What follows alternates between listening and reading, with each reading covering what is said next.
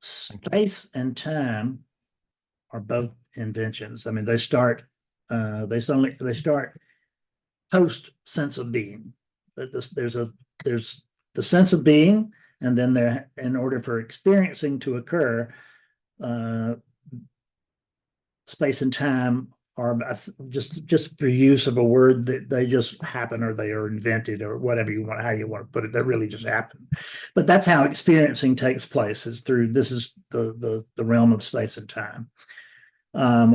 Spaciousness is prior to that. It's not space, but it will feel like space, in the sense that when we look around, when I say that, and this is true, that this is your actual true nature. This is your body right here.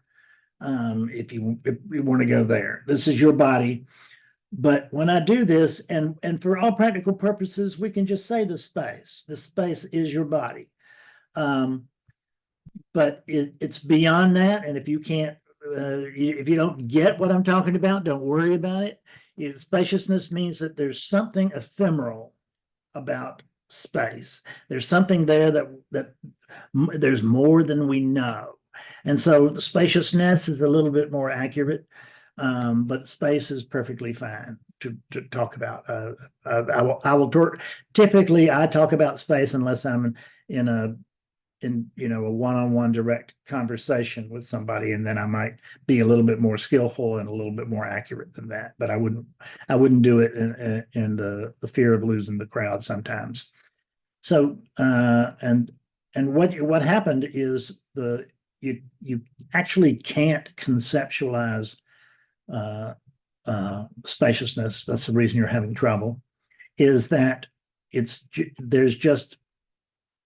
there's a knowing that appears, and it actually doesn't appear to any distinct individuals. It just appears. And what does it appear to? It appears to really to itself. Awakeness itself is spaciousness, and because it's not a form. And we could take this air, and we could actually, there's the level of air pressure of the day, right? When it's heavy, birds don't fly. So there's pressure in this air that would not apply to spaciousness. It's just, spaciousness is simply the potential for everything, but it is nothing unto itself. It's nothing unto itself, yet it is the potential for everything. And the only way you can be the potential for everything is to be nothing unto yourself. Yes? So, what we do in order to begin to open that, and just really noticing space itself, is perfectly fine. And that's what happened yesterday with you, is it not? Yeah.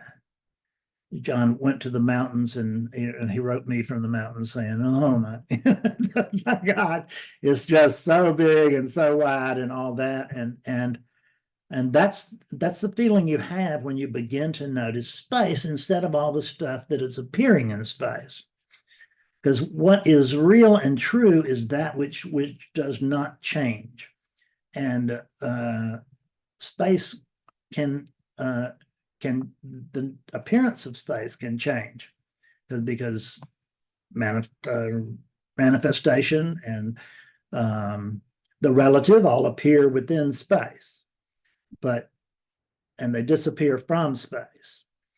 But the space itself doesn't take up any space, and it doesn't have any weight or time or age.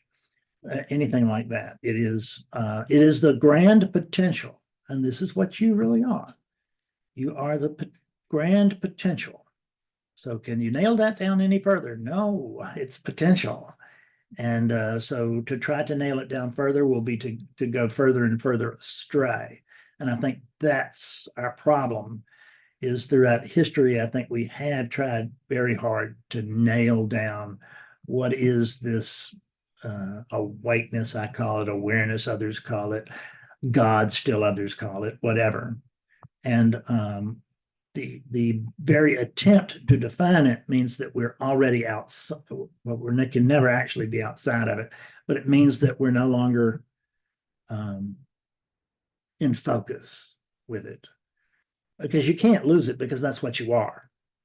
But the funny thing is, you can think that you lost it simply because what happens is that the attention, the precious divine attention that's required to notice awareness, will be drawn off into something else. I'm interested. This is all very fascinating. I wonder how my tea is. And that with that right there, you can only focus on, really it's one thing at a time, but it's just so fast and flashy that we can't notice the difference.